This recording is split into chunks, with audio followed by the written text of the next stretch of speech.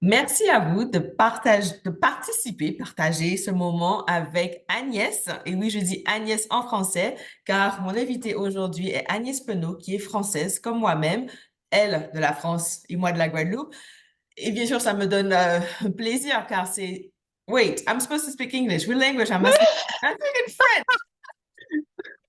Oh, so thank you so much for joining us. I just had to switch. I don't even know how I started. So let's start over. Christelle, coming to you for conversation about divorce. Very important topic. And through NADP, I connected with Agnes in December. So we had some type of social online that we did with NADP. And she was, I was like, wait, that name with a accent aigu, like she must be French and her accent. So reached out, connected, and here we are. And I'm going to let Agnes share about what she does. She's in California. I'm currently in Arizona. I love the beauty of Zoom and being able to connect internationally, locally, and know that I am a lender licensed in Georgia and Florida, but I can connect with any, I can refer you and connect you with a lender in any states because CMG is in all 50 states.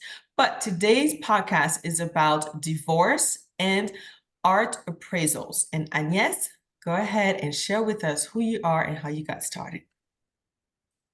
Hi everybody. Sorry about my accent. I hope you can understand me. um, I am I'm an art historian, and I did my PhD at the Sorbonne in Paris. And I came to the US to finish my dissertation because I was working on a French art dealer from the 19th century, and that led me to study archives at the Getty Museum in Los Angeles. And I've been here for 15 years and really enjoying the California weather. And so I've been basically in the art world for like 15 years in academia, and also like about 6, 7 years ago as an art dealer. And it's only like 2 years ago that I became interested in appraising art because like under the advice of some friends. And although I do not specialize in divorce cases really, but I do estate appraisals. I do appraisals for insurance coverage or loss fees, as well as donations. And I do occasionally work on couples or work with couples going through a divorce. And it's actually a specialty that I came to really I can say enjoy, but really like, because I feel like I am really helping people in distressing situations, and I feel like I am making a difference. And and to my great surprise, people do not know that dividing art collections is actually a crucial part of a divorce process, and also as instrumental as dividing, let's say, real estate of bank accounts. So Agnes, I love how you said that it is as important to do an appraisal of art as real estate and accounts. So can you clarify what do you actually do? Like what's your role when somebody calls you, and it could be about divorce, but it could be about, selling art, whatever it is, when does somebody actually hire you? So even like amicable divorces are like high stress life events. And like if the parties share like checking accounts or saving accounts, these accounts can simply be closed and the cash divided in a case of a divorce. And the same goes for vehicles, homes, and everything can be sold also and divided equally. But when it comes to art, whether we're talking about one single artwork or a substantial collection, couples need to hire an appraiser immediately, because art is very different than it's a different asset than a bank account or a house. And and many spouses and even lawyers also find it difficult to put a price on art or collectibles. And um, um, and many, because sometimes it has this emotional element to it, Mm. and people would like to keep the art and not sell it. Like you can sell you can divide the money on the bank account, but when you've like really, when you cherish your art collection, that you pick the pieces personally, you really want to keep them. You don't want to sell them off. So that's why you need to have an appraiser, whether you already know an appraiser, or sometimes lawyers can also recommend the use of an art appraiser. So the art appraiser can do like three things. Basically, will try to minimize the divorce couples like stress and anguish. And also we make sure that they get what they want. In other words, we make sure that if they want to keep the art, we're going to try to help them keep the art, or if they want to sell it, we can also, which is the third point, facilitate the sale. We don't have any involvement in the sale per se, but we can help the collector coordinate with, let's say, an auction house or a gallery.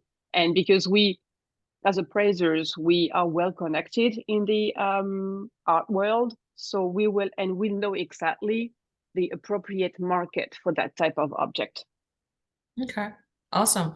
So basically people will just reach out to you and then you help them. But first of all, is that emotional part is calming them and getting them to understand that you're there to provide support. And then because this is a special world, which I cannot claim to know anything about art, I mean, visiting museums and all, but to be able to be connected, that's a great tool to have an appraiser like yourself, because you know people, you know how to present the art that they have, and then they're trying to detach emotionally. Now, what is the challenge for you as an appraiser of art? What are the challenges when you're doing the valuation? Um, the Sometimes on the divorce cases I worked on in the past, and also even in general as an appraiser, sometimes you're the bearer of bad news, because sometimes you have to deal with clients' value expectations, and sometimes sentimental value really differs from financial values, and in a case of a divorce, those issues are even like exacerbated, and that's usually a big problem. Yeah, it sounds like even when somebody's selling a house, they sometimes have, well, I put all this love, I did all this, and there's that, Yeah. I don't want to let, even though they know they have to take the step of selling if they have to, or detaching from it, it is very challenging. So I can understand from that aspect of real estate, how that can be the case also with art. So when it comes to the market fluctuation, how do you work with that? Because the same for us with appraisals and interest rate, everything is varies so much. And somebody's going through a divorce, they currently have an interest rate, and now they're trying to buy another house. The rate is different. So there's a fluctuation, which is different when it comes to art, but that's also for housing. How does it work for the market in art? The market in art is very similar to the real estate market. And even sometimes when the real estate market like dips, usually the art market will follow suit. It's very interesting. They're very connected. And it's the same way. So the art market is extremely volatile. And the value of one piece can differ from one year to the next. So what we do as appraisers is that we use an effective date. So those values are effective for that particular date. And like for them, so for example, for like insurance coverage, it's recommended that you have an appraisal or an appraisal report done every 5 years to update the values. Okay, so every 5 years, because ours, if we do an appraisal, it's usually 120 days. So like 90 days, 120 days, depending on the type of loan that we're doing. So that's interesting. Now, do you have any case, without giving details of the actual person, but do you have a legal case that you know about that you can share how that can, what happens when there is a split of asset like art? Um, I can talk about my most recent case. I was hired by a lady who was going through a divorce, and she believed that her husband hid money from her to lower the amount for the alimony. And she believed that it was impossible for her husband to be like penniless because of the art collection that she saw all those years that were hanging on his walls. And this art collection had names such as Rembrandt, Picasso, Miro, Chagall, very famous names. So, but my inspection of the pieces led to an unfortunate outcome for my client because, yeah, the collection contained works by those famous artists, but they were, although they were not worth less, but they were valued significantly less than what my client expected, from a few millions to like just a few thousands. And the reason why is that those artworks were not original artworks, they were prints. Oh, so Yeah. she had the misconception from seeing that art. That's heartbreaking. It is heartbreaking. And that's what I was saying. Like, as an appraiser, 80% of the time, you're the bearer of bad news. 80% of the time, people believe that they have a treasure in their hands. But after researching the piece, inspecting the piece, because as an appraiser, you have to inspect the piece, take pictures, look at the condition, and look also at the provenance, the history of ownership of that piece. You unfortunately, most of the time you have to lower the value, and because, yeah, people don't know. And I know that's one of the hardest things to do is in the appraisal practice. Is really like, I'm so sorry, you believed you had, or sometimes you believe you had an original painting by like Picasso, but I'm so sorry, unfortunately it's a print and I'm not sure it's original. Wow, that is, Yeah. yeah, it's almost like when somebody has a certain belief of something for so long and now they hit with the news. By the way, all that you believed was incorrect. And Yes. there's the truth. You also had shared with me a story of where a judge had to actually make a decision. Can you share more about that? Yes, yes. Sometimes there are some cases where parties hire their own appraiser, which means then the judge will have two appraisals. And because appraisals they are unbiased, but they're also very subjective, the values will not be the same. And the judge, in some cases, because they cannot find a compromise, instead of like finding middle grounds and split and find the values to be like in the middle or in between the both appraisals, he would just decide to simply sell the collection. And that is also heartbreaking if you want to keep the art.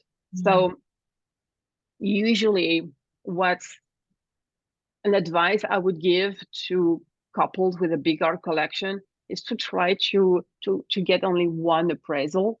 If they want, for example, if they want to sell, it's fine. But the problem is, like, a judge will try to liquidate the collection as quickly as possible, so the values are going to go down. Instead, like, if you have one appraisal, you get along with the other party, and you try to make things work, and you can take your time in selling whatever you want to sell, then the value of those pieces will be a little bit higher, whether that liquidating the whole thing in haste.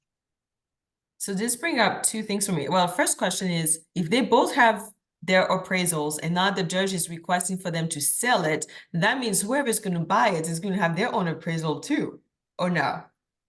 Not necessarily, because usually the sale will be at auction. Auction. So yeah. That's what we mean by. Go ahead. When we liquidate, it's auction. So the auction will provide estimates and yeah. I was asking the question because I was thinking about when it's an appraisal, if like both agents, not both agents, both the husband and wife, they each have their agents that they want to consult of what the value of their real estate is, their home, they will come up with certain what they call CMA value or what the potential could be. But by the time they come to me, because if selling it and we do an appraisal or we do a refinance, it's going to be based on our actual hired appraisal. So I can see where this becomes cumbersome to see so many values and really, like you said, subjective. Yes, there are some structures of what an appraiser is supposed to follow, but then there's an opinion. And that also brings the second point. When you said the judge, when somebody goes through a divorce, in a lot of my podcasts, what we're really wanting to share is get with the experts first before you try to go to a lawyer who will wait for a judge to make a decision on a case that is more numbers, facts versus, you know what, let's handle this part together, collaborate. Let's get an Yes. expert like Agnes who can help us bridge that difference so we can come to a resolution so the judge only has to sign off on yes, you're divorced versus a judge making a decision for the parties. Exactly. It's like, and also I would add that I know that you need to anticipate if you getting married and you have an art collection or you planning on collecting, you have to write a prenup. And I know that's not something we necessarily think about when we are in love and when we're getting married. But unfortunately, it's very important because you are trying to protect yourself and your art collection for like unexpected life events. And that's what I would suggest to write a prenup. And maybe also when you start collecting, maybe have an agreement, something in paper, go see a lawyer to write up a contract. And so that if the funds are coming from the joint bank account, so both parties have like both parties have 50% of the work or whatever, and try to draft something so it's clear that if a divorce happens, you know exactly where the assets are going. Yeah, it sounds like being preventive. Like when we get insurance for a car, we don't really get it to, in hope we get in an accident. It's just in case something happens because things do happen. I mean, Yes. percentages, 50% of marriages, or if not more, end up in divorce. So yeah, to be preventive of situation. Is there anything else, Agnes, you would like to share from your expertise and your knowledge of appraising art with our audience today? In terms of divorce, no, it's just it's it's interesting that we are in the same we are aligned. Like you do real estate, but I do art, but both markets and both situations, the situation are very, very similar. And I would say again, like try to anticipate and try to educate yourself and hire the experts before the situation gets them out of hand. Awesome. Totally agree. And that's where we come together to share information, to try to, you know, somebody who's out there who's an art collector, for instance, not thinking about this, but eventually we get married, that little message we're giving them right now, it's like, just be preventive, just have information in writing. Doesn't mean I'm foreseeing we're not going to be together. It's just so that there is something on paper of what the intentions are when it comes specifically to the art.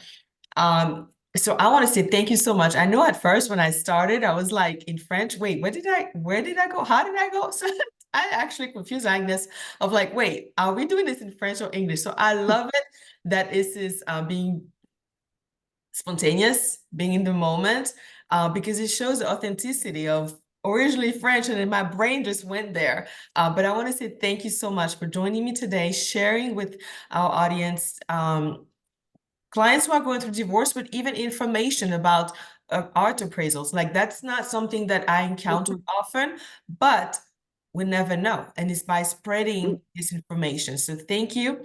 And is there a way people can connect with you? Oh, yes, I have my website. It's called artworldappraisals.com. And my email is agnes@artworldappraisals.com. Awesome. So I will also put that information in the content so that you can people can reach out to you. So again, thank you. Merci beaucoup. Great. Ça fait un Merci plaisir. beaucoup.